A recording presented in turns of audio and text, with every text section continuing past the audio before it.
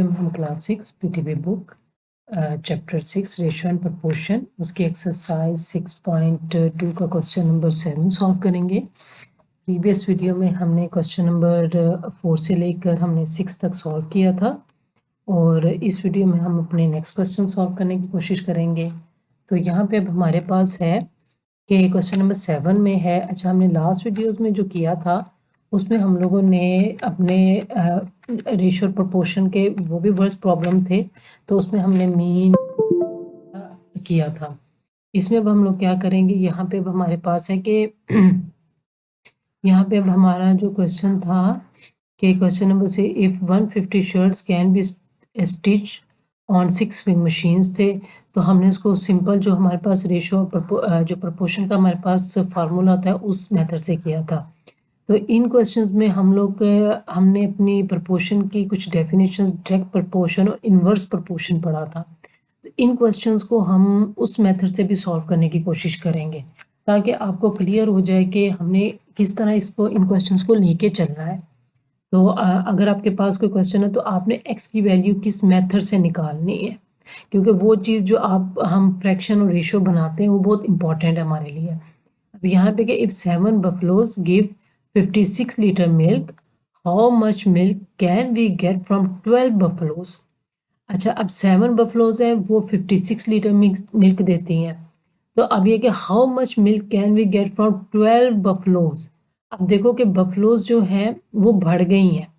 अब यहाँ पे मैं हमारे पास रेशियो किसकी आ रही है, मैं कोशिश करूँगी कि मैं दोनों मेथड्स को आपको एक डायरेक्ट और इनडायरेक्ट मेथड से लेके चलूँ और प्लस मैं आपको प्रपोर्शन के डेफिनेशन के तरीके से भी लेके चलूँ। तो ये आपके पास बफलोज है और यहाँ पे आपके पास है मिल्क, यानी कि लीटर मिल्क है। तो लीटर मिल्क, ठीक है, कि कितना मिल्क देते हैं। अच्छा, अब हमारे पास रेशियो है कि जब 7 बफलोज की रेशियो है 7 और 56, ठीक है, एक रेशियो हमारे पास ये है और दूसरी हमारे पास क्या रेशियो है, यहाँ पे इसको ये सिंबल नहीं ये, और यहाँ पे हमारे पास यहाँ पे कौन सी रेशियो आ रही है कि एक रेशियो अब हमें एक तो दी हुई है, यहाँ पे बफलोज हैं 7 और 12, यानी कि एक 7 बफलो, एक 12 बफलो है। ठीक है, एक हमारे पास ये रेशियो आ गई, ठीक हो गया। अब एक रेशियो हमारे पास क्या आई है, एक रेशियो हमारे पास आई है रेशियो 56 लीटर मिल्क की, ठीक है, कि जब 7 बफलोज 56 दे रही हैं और एक रेशियो 12 बफलोज होंगी, वो हमें नहीं पता, ये हमने फाइंड करनी है। तो आप ये देखो कि जो प्रपोर्शन का आपके पास फार्मूला होता है, क्या हमने क्या वो फार्मूला नहीं बना लिया, फार्मूला ऑफ प्रोपोर्शन। तो ये मैं आपको नोट के तरीके से है कि क्या हमने ये फार्मूला नहीं बनाया, ए रेशो बी प्रोपोर्शन आगे सी रेशो डी, क्या ये फार्मूला नहीं बना। तो आप समझो ये बफलो का है और ये आपके पास मिल्क का है। तो उसके बाद आप लोग क्या करते हैं, यहाँ पे आप लोग क्या करते हो, आप लोग हम लोग यानी कि फार्मूला करते हैं product of mean is equal to product of extreme. तो कुछ हम इस तरह का करते होते हैं। तो ये हमारे पास मीन होता है और ये हमारे पास क्या होता है, ये हमारे पास एक्सट्रीम होता है। ये हमारे पास मीन है, ठीक है, और ये हमारे पास एक्सट्रीम है। तो यहाँ पे हम क्या करते हैं, हम b और multiply by c is equal to a multiply by d। तो ये मेथड है आपके पास, आप इस मेथड से भी इस क्वेश्चन को सॉल्व कर सकते हैं, इसमें प्रॉब्लम नहीं है। लेकिन फिर हमारे पास क्वेश्चन आता है कि हम इसको इस मेथड से सॉल्व करके देख लेते हैं कि हमारा आंसर क्या है। अच्छा, प्रोडक्ट ऑफ मीन, यहाँ पे आपके पास प्रोडक्ट ऑफ मीन क्या आएगा, यहाँ पे आपके पास अगर आप इसको देखो तो ये आपके पास क्या है, ये आपके पास मीन है, ओके, और ये क्या है आपके पास, ये आपके पास है एक्सट्रीम, ठीक हो गया, ये आपके पास क्या है, एक्सट्रीम है, ठीक है। इसको मैं एक्सट्रीम से लगा, अब आपने product of mean is equal to product of extreme, तो फार्मूला आपके पास यहाँ पे है ये वाला formula, product of mean is equal to product of extreme. इसको मैं थोड़ा सा अगर हाईलाइट करके लिख दूँ तो ये थोड़ा सा आपके लिए इजी हो जाएगा। इसको हम इस तरह हाईलाइट कर देते हैं कि ये क्या है, product of mean is equal to product of extreme. ये फॉर्मूला हम पढ़ चुके हैं। तो प्रोडक्ट ऑफ मीन और एक्सट्रीम कौन सा है? मीन क्या है? B multiply by C is equal to A multiply by D. ये हो गया हमारे पास। अब हम बफलो, अपने बफलो पे जाते हैं, उस पे देखते हैं कि हमारे पास क्या है। वहाँ पे हमारे पास ये हमारे पास क्या है?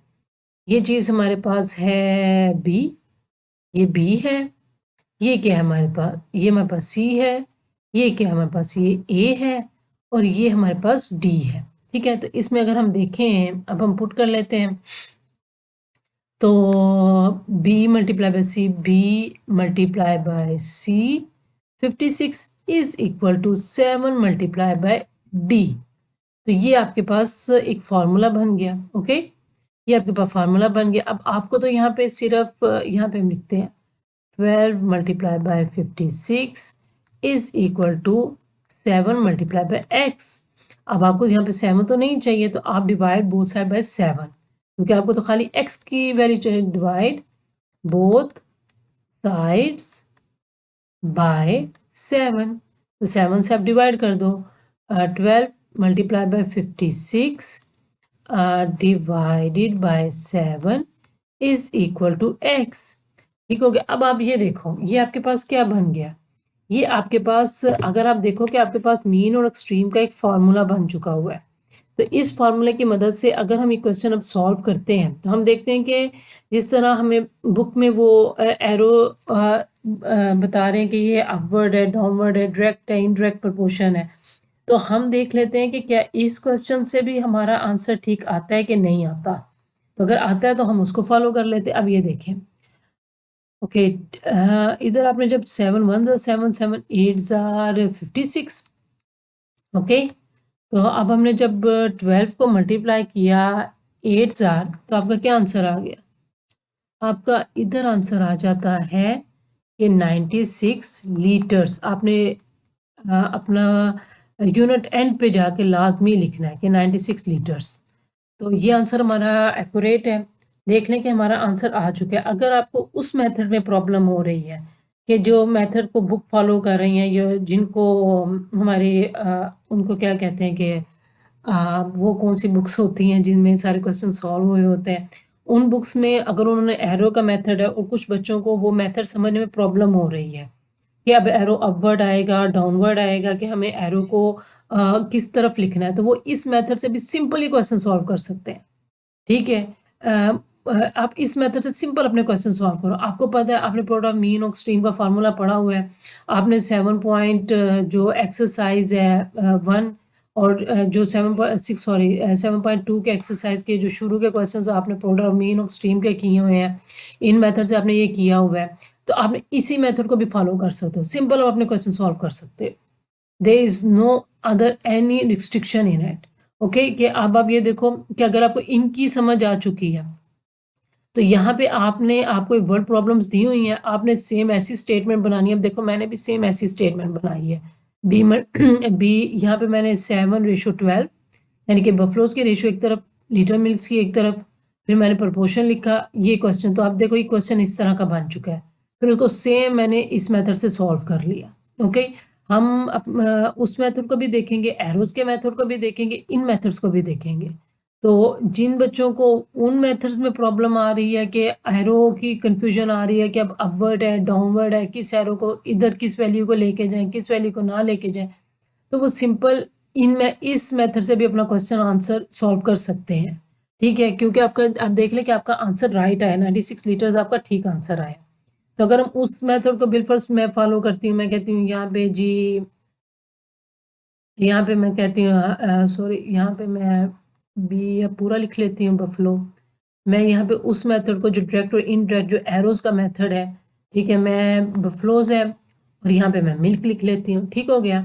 अब यहाँ पे क्या है कि मैं बफलो, अगर 7 बफलो मिल्क देती हैं 76, तो यहाँ पे अगर 12 बफलोज हो गई हैं तो वो कितना मिल्क देंगी? आप देखो कि पहले हमने लिखा है इस तरह, ठीक है, हॉरिजॉन्टल। हमने यहाँ पे क्या लिखा है? हॉरिजॉन्टल वे से। ठीक है, तो यहाँ पे क्या हम लिख रहे हैं? हम यहाँ पे वर्टिकल तरीके से लिख रहे हैं, ये वर्टिकल वे है। इसको वर्टिकल कहते हैं, इसको हॉरिजॉन्टल कहते हैं। तो अगर आपको ये मेथड से सॉल्व करना आसान लग रहा है तो आप सिंपल इस मेथड से सॉल्व कर लो। अगर आपको इस मेथड में कंफ्यूजन आ रही है, ठीक है, तो आप इस मेथड सॉल्व कर सकते हो। अब हम इसको करते हैं। अब हमें पता है कि जितनी ज़्यादा बफलोज होंगी उतना ज़्यादा मिल्क आएगा। तो इसका एरो हम क्या करेंगे, पहले हम जो चीज़ हमें फाइंड करनी है उसका एरो हमेशा अपवर्ड आपने रखना है, क्योंकि ये तो हमने फाइंड करना है ना, इसका इससे कंपैरिजन करना है। अच्छा, मिल्क हमें अगर ज़्यादा बफलोज होंगी तो ज़्यादा मिल्क देंगी, तो आपने एरो ऊपर रखना है। अब यहाँ पे अब इसको सॉल्व करते हैं। इज इक्वल टू एक्स आपको ऊपर आएगा क्योंकि एरो ऊपर है कि एक्स पहले फिर 56। ओके, इस तरह यहाँ पे 12 पहले और 7 बाद में। तो 12 आपका न्यूमिनेटर होगा और 7 आपका डिनोमिनेटर होगा। अगर आप इसको सॉल्व करते हो तो देखो यहाँ पे क्या आ गया, आप क्रॉस मल्टीप्लिकेशन कर लो, यहाँ से इस तरह कर लो, ठीक है, इधर ले जाओ, 56 आ गया, नीचे आपका 7 आ गया, तो देखो वही स्टेटमेंट आपकी बन गई है। तो उसी मेथड से आप देखो कि अगर आप थोड़ा सा इसको कंपैरिजन करो कि वो ये स्टेटमेंट और ये स्टेटमेंट आपकी सेम है, ठीक हो गया। तो ये जो मेथड है ये हॉरिजॉन्टल, ये वर्टिकल वे से लिखा हुआ है, ठीक है, ये वर्टिकल है, वर्टिकली हमने लिखा हुआ है। और ये जो हमने मेथड लिखाया है यहाँ पे, अगर आप देखो कि इस मेथड को हमने, तो यहाँ पे अब आपने क्या देखा है कि हमने क्या किया कि प्रोडक्ट और मीन फार्मूला एक ही है, ये हमने हॉरिजॉन्टल तरीके से लिखा हुआ है, ठीक है। ये आपका कौन सा वे है, ये आपका हॉरिजॉन्टल वे है, ठीक है। यहाँ पे मैं लिख देती हूँ ये हॉरिजॉन्टल है, ठीक है। हॉरिजॉन्टल किसे कहते हैं, ये जो लाइन आपकी ये जा रही है हॉरिजॉन्टल होती है और ये वर्टिकल लाइन होती है, ठीक हो गया। तो ये हॉरिजॉन्टल तरीके से आपने लिख लिया। अब ये कौन सा जो एरोज का मेथड है अपवर्ड डाउनवर्ड, ये आपका वर्टिकल वे है, ठीक है। इसमें आप डायरेक्ट प्रपोर्शन, इनडायरेक्ट प्रपोर्शन, एक चीज़ के बढ़ने से दूसरी चीज़ बढ़ रही है, दूसरी चीज़ के बढ़ने से एक चीज़ बढ़ रही है, तो कुछ इस तरह का कंसेप्ट आ जाता है जब आप वर्टिकली लिखते हो। तो हॉरिजॉन्टल में आप सिंपल उसको सॉल्व कर लेते हो। तो ये अब आप पे डिपेंड है कि आप किस मेथड को ज़्यादा इजीली सॉल्व कर सकते, यानी कि किस मेथड को आप इजीली फॉलो करना चाहते हो, क्योंकि हमारा आंसर दोनों मेथड से सेम आ रहा है। अब हम अपना यहाँ पे नेक्स्ट क्वेश्चन सॉल्व करेंगे। ये है हमारे पास क्वेश्चन नंबर 8 है, ओके। अब यहाँ पे लिखा हुआ है a farmer has 8 days food for 33 cows. अब यहाँ पे एक फार्मर है और काउस, इनके दरमियान रेशो है। अब उन्होंने क्या किया, एक फार्मर है यानी कि दिनों के दरमियान, सॉरी डेज और काउस का रिलेशन है। अब 8 दिन है उसके पास, 33 काउस के लिए 8 दिनों तक का खाना है, 8 डेज तक उसके पास खाना है। He bought 11 more cows. अब वो क्या है कि 11 मोर काउस, पहले उसके बाद 33 थी उसमें 11 और ले आया, तो 33 में 11 ऐड करो तो कितना हो गया आपका 44। अब उसके पास 44 टोटल काउस हो गई हैं। अब वो कह रहा है कि 44 काउस के लिए उसके पास कितने दिन का खाना है। अभी देखो, how many days will the food be enough. जब पहले 33 काउस थी तो 8 दिन तक का खाना था, अब वो 11 काउस और ले आया है, तो क्या हुआ है कि अब वो कह रहे हैं कि कितने दिनों तक का खाना इनफ है। अगर 11 काउस और आ गए तो कितने दिन तक खाना रहेगा। तो आप ये देखो कि कॉमनली हम देखें कि जितने ज़्यादा आदमी होते हैं वो खाना जल्दी खा लेते हैं, यानी कि खाना जल्दी ख़त्म हो जाता है उसमें, ठीक है। तो ये बेसिकली किसका क्वेश्चन है, ये आप देखो कि ये डायरेक्टली इन्वर्स प्रोपोर्शन का क्वेश्चन है। चूँकि हम दो मेथड्स को फॉलो कर रहे हैं, एक हम हॉरिजॉन्टली लिखते हैं, तो हम क्या कहते हैं, चले हम इसको इस तरह लिखते हैं, यहाँ पे हम लिखते हैं डेज, डेज लिख लेते हैं, ठीक है।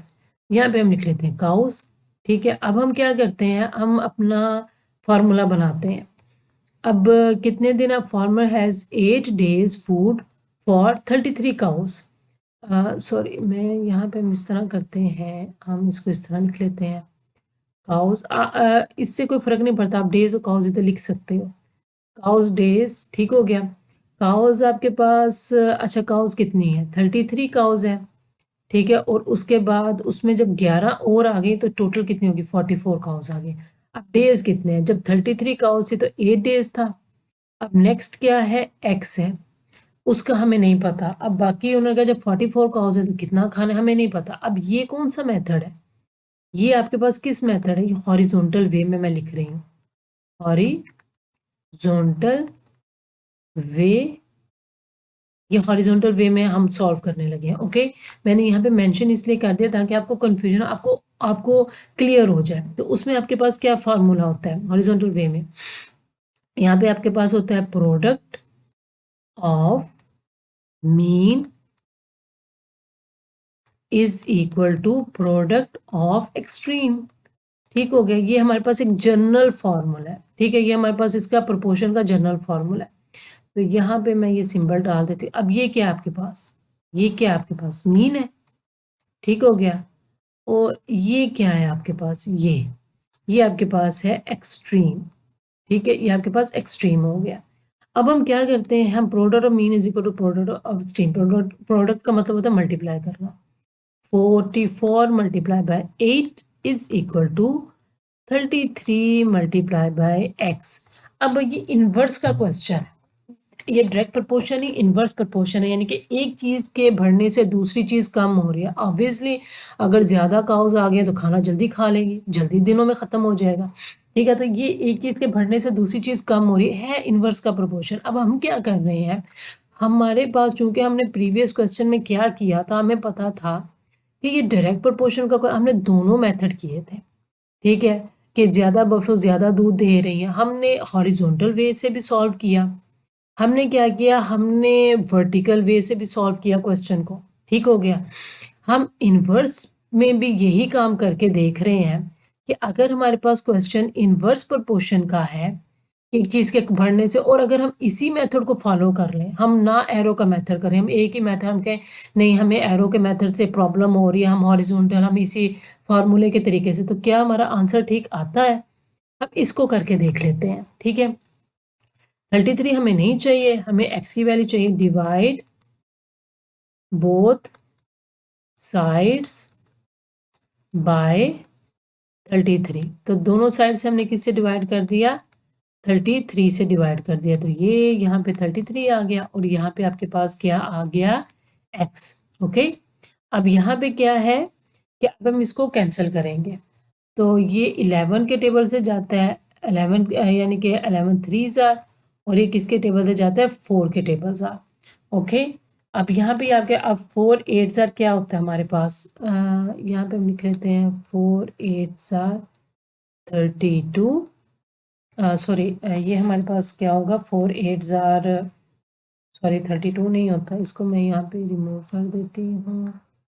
ठीक है, हम यहाँ पे इसको नीचे करके थोड़ा सा लिख लेते हैं।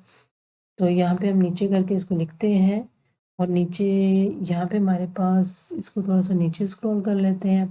ठीक है, तो वो हम इसको मल्टीप्लाई करके देख लेते हैं।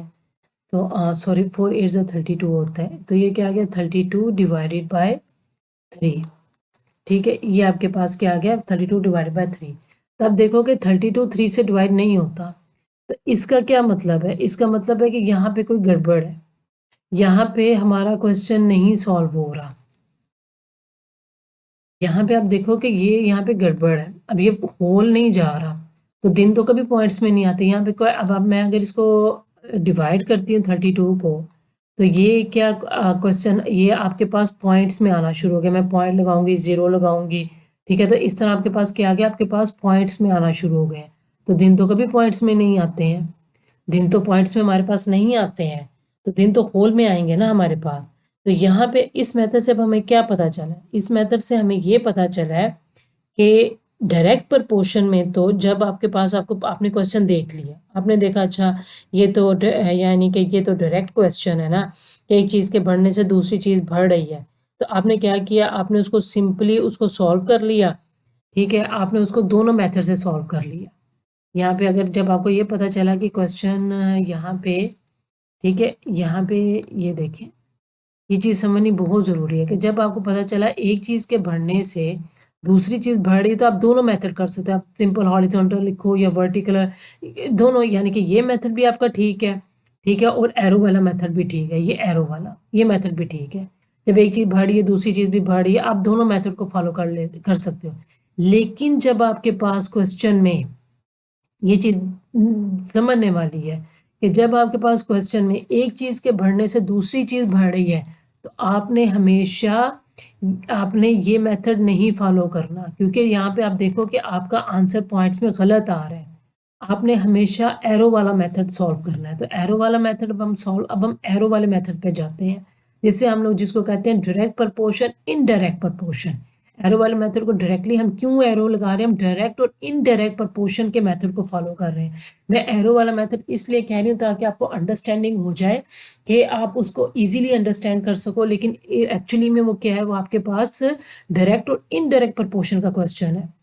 अब यहाँ पे आपको पता चला कि जब साइंटिस्ट मैथमेटिशियंस को पता चला कि ये वाला फार्मूला हर क्वेश्चन के लिए नहीं हो रहा, कुछ क्वेश्चंस उनके पास प्रॉब्लम्स आ रही हैं जो नहीं सॉल्व हो रही, तो फिर उन्होंने एरो वाला मेथड, एरो वाला क्या मतलब कि डायरेक्ट और इनडायरेक्ट प्रपोर्शन को इंट्रोड्यूस करवाया था। उसके बारे में बताया था कि अगर आपके पास क्वेश्चन इस मेथड से ना आए तो फिर आपने डायरेक्ट और इनडायरेक्ट प्रपोर्शन को फॉलो करना है। ठीक है, तो अब हम क्या करेंगे, ये आपके अंडरस्टैंडिंग के लिए मैंने किया था। अब हम क्या करेंगे, हम डायरेक्ट और इनडायरेक्ट प्रपोर्शन को फॉलो करेंगे। कि होता है कि बच्चों के ज़हन में आए कि हमारे पास तो पहले ही फार्मूला मौजूद है, हमें तो पहले ही पता है कि ये फार्मूला हमारे पास है, कि जी हम आराम से, जैसे ये है, हम इजीली सॉल्व कर सकते हैं, तो फिर हम क्यों ये डायरेक्ट और ये इन्वर्स प्रपोर्शन को फॉलो करें, हम क्यों ये मेथड करें। तो इससे ये पता चला कि कुछ क्वेश्चंस ऐसे हैं जो आपके इन्वर्स प्रपोर्शन से, यानी कि इन एरो वाले, ये जो आपको एरो वाला मेथड यहाँ पे ये करवा रहे हैं, इन्हीं क्वेश्चन से सॉल्व होंगे। कुछ क्वेश्चंस आपके इसी मेथड से सॉल्व होंगे। तो फिर उन्होंने आपको ये मेथड, इसीलिए साइंटिस्ट ने ये मेथड आपको मैथमेटिशियन से इंट्रोड्यूस करवाया था। ओके, तो अब हम इसकी तरफ आते हैं। अब हम इसी क्वेश्चंस को किस मेथड से, डायरेक्ट और अब हम एरो वाले मेथड को फॉलो करते हैं। होपफुली आपको इस पॉइंट की अच्छी समझ आ चुकी होगी। तो यहाँ पे हम अब लिखते हैं कि डेज, ठीक है, और ये आ गया आपके पास काउस। तो 8 डेज के अब यहाँ पे हम इसको सॉल्व करते हैं।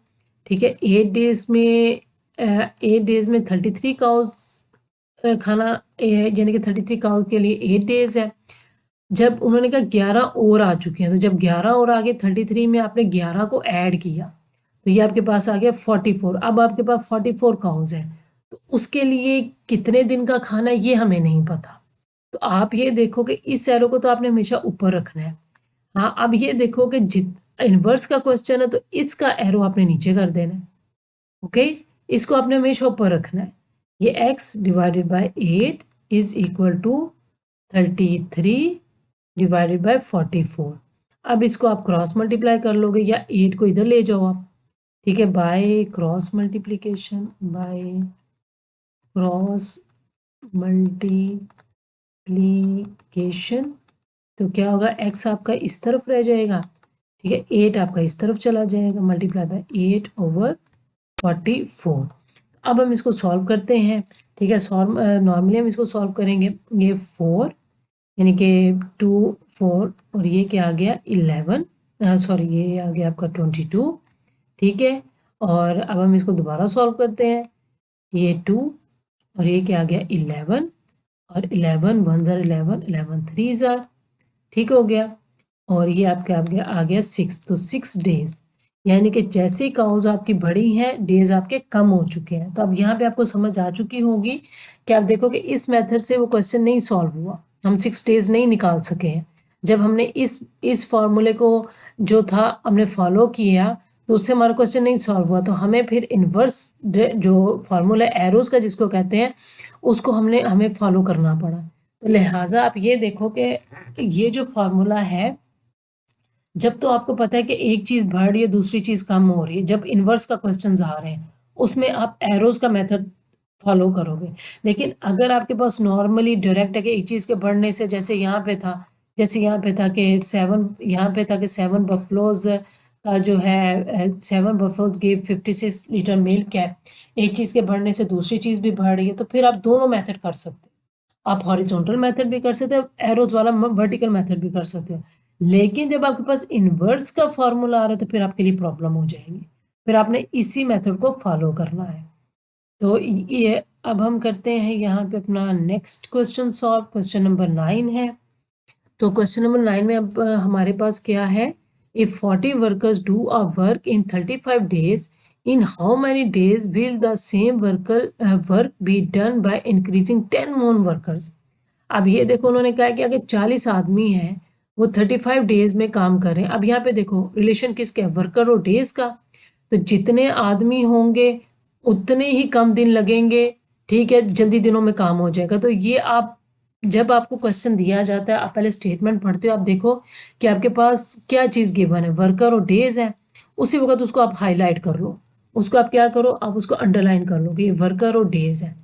तो वर्कर और डेज जितने ज़्यादा आदमी होंगे कम दिन में जल्दी दिनों में काम हो जाएगा, कम दिन लगेंगे, तो ये इन्वर्स का क्वेश्चन हो जाएगा। उसी वक्त आपको पता चल जाएगा कि क्या है, इन्वर्स का क्वेश्चन है।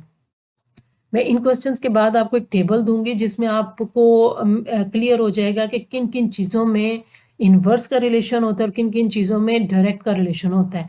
तो उससे आपको ये हेल्प हो जाएगी कि आप जैसी कोई आपके पास क्वेश्चन आएगा, आप उन दो चीज़ों को देखोगे, अच्छा ये वर्कर और डेज का ये इन्वर्स का क्वेश्चन है, अच्छा ये आपके पास फूड और डेज का क्वेश्चन है, तो ये आपके पास डायरेक्ट के इन्वर्स क्वेश्चन है। तो वो आप उसको इजीली सॉल्व कर सकोगे, आपको अंडरस्टैंड करने में प्रॉब्लम नहीं होगी। तो यहाँ पे हम अपना ये क्वेश्चन सॉल्व करते हैं, चूंकि इन्वर्स का है तो हम क्या, वर्टिकल मेथड ऑफ प्रोपोर्शन कि हम वर्टिकल मेथड ऑफ प्रोपोर्शन को फॉलो करेंगे। और वो कौन सा, इनवर्स प्रोपोर्शन, ठीक है। वो डायरेक्ट भी है, वो डायरेक्ट और इनवर्स प्रोपोर्शन दोनों वर्टिकल मेथड से भी होते हैं। तो वर्टिकल मेथड ऑफ प्रोपोर्शन है, इसमें ये इनवर्स प्रोपोर्शन का क्वेश्चन है, मैंने हाईलाइट किया, आपके लिए लिखना ज़रूरी नहीं है, आप सिंपल यहाँ पे लिखोगे कि वर्कर्स हैं द सेम। अच्छा, यहाँ पे in how many days will the same work be done. तो मैं किस चीज़ को प्रेफर करती होती हूँ, जो चीज़ हमें नहीं पता, जो हमने फाइंड करनी है, मैं लेफ्ट साइड पे रखती होती हूँ। If 40 workers do the work in 35 days, in how many days will the same work? अब days हमें नहीं पता, तो मैं क्या करती हूँ, मैं days यहाँ पे लिखती होती हूँ, और वर्कर्स को जो हमें पता होता है, जिसका डाटा में सारा गिवन होता है, मैं इसको यहाँ पे लिख लेती होती हूँ। तो अब हम इसको सॉल्व करते हैं। डेज जब हमारे पास 35 डेज थे, तो 40 वर्कर्स ने 35 डेज में काम किया। In how many days will the same work be done by increasing 10 more work. अब 40 वर्कर्स 35 डेज में कर रहे हैं, वो 40 में 10 वर्कर्स और ले आए, यानी कि 40 में अब कितने वर्कर्स हो गए, 50। पहले 40 वर्कर्स काम कर रहे थे, लेकिन अब उसने क्या किया, उसने उसी में 10 प्लस कर लिया, यानी कि +10, तो कितने वर्कर हो गए, 50 वर्कर्स हो गए। अब उन्होंने कहा कितने दिन लगेंगे, ठीक है, तो डेज कितने लगेंगे ये हमें नहीं पता, ये हमने यहाँ पे लिख लिया। इसका एरो आप हमेशा ऊपर रखिएगा, जिसका आपको नहीं पता, इससे अब कंपैरिजन करना है इसका, क्योंकि इनवर्स प्रोपोर्शन है तो इसका एरो आपका नीचे आएगा। यहाँ पे आपने x लिखा पहले, ठीक है, और 35 आपने यहाँ पे लिख लिया। अब यहाँ पे 40 ऊपर आएगा आपका, चूंकि पहले है, फिर आपका 50 आएगा। तो ये क्वेश्चन आपका इस तरह सॉल्व हो जाएगा। अब आपने क्या करना, बाय क्रॉस मल्टीप्लीकेशन,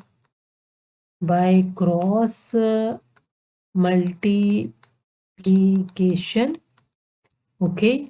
तो x आपका यहाँ पे आ गया 40 मल्टीप्लाई बाय 35, और ये क्या आ गया आपके पास 50। तो ये आपके पास 50 आ गया। अब आपने क्या करना है, इसको सॉल्व करना है। तब हम इसको सॉल्व करना शुरू करते हैं। तो ये हम 5 के टेबल जाएगा, और 5 के टेबल ज़ार 5 1 10, यानी कि 10 ज़ार जाएगा, 5 7 ज़ार 35, और 10 ज़ार इसको कैंसिल कर लें, 10 1 ज़ार 10 10 4 ज़ार 40।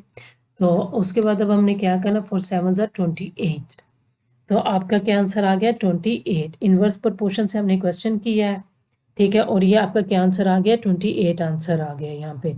अच्छा, अब यहाँ पे आपका 28, आपने यहाँ पे लिखना डेज, लास्ट में अपने लाजमी मेंशन करना है कि आपके डेज है।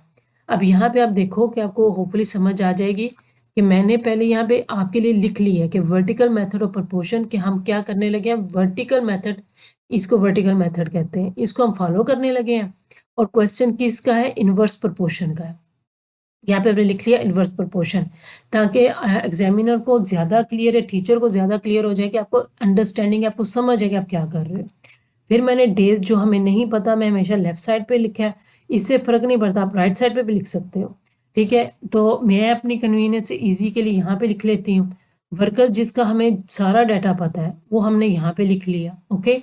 अब यहाँ पे एरो है, अब जो तो नहीं पता, अब हमने कंपैरिजन तो करना है, जो नहीं पता उसका एरो हमने ऊपर लिखा, क्योंकि इन्वर्स प्रोपोर्शन है तो उसके कंपैरिजन इसका एरो नीचे आएगा, क्योंकि जितने ज़्यादा दिन, यानी कि जितने वर्कर ज़्यादा हो गए हैं, दिन उतने ही कम हो गए हमारे पास।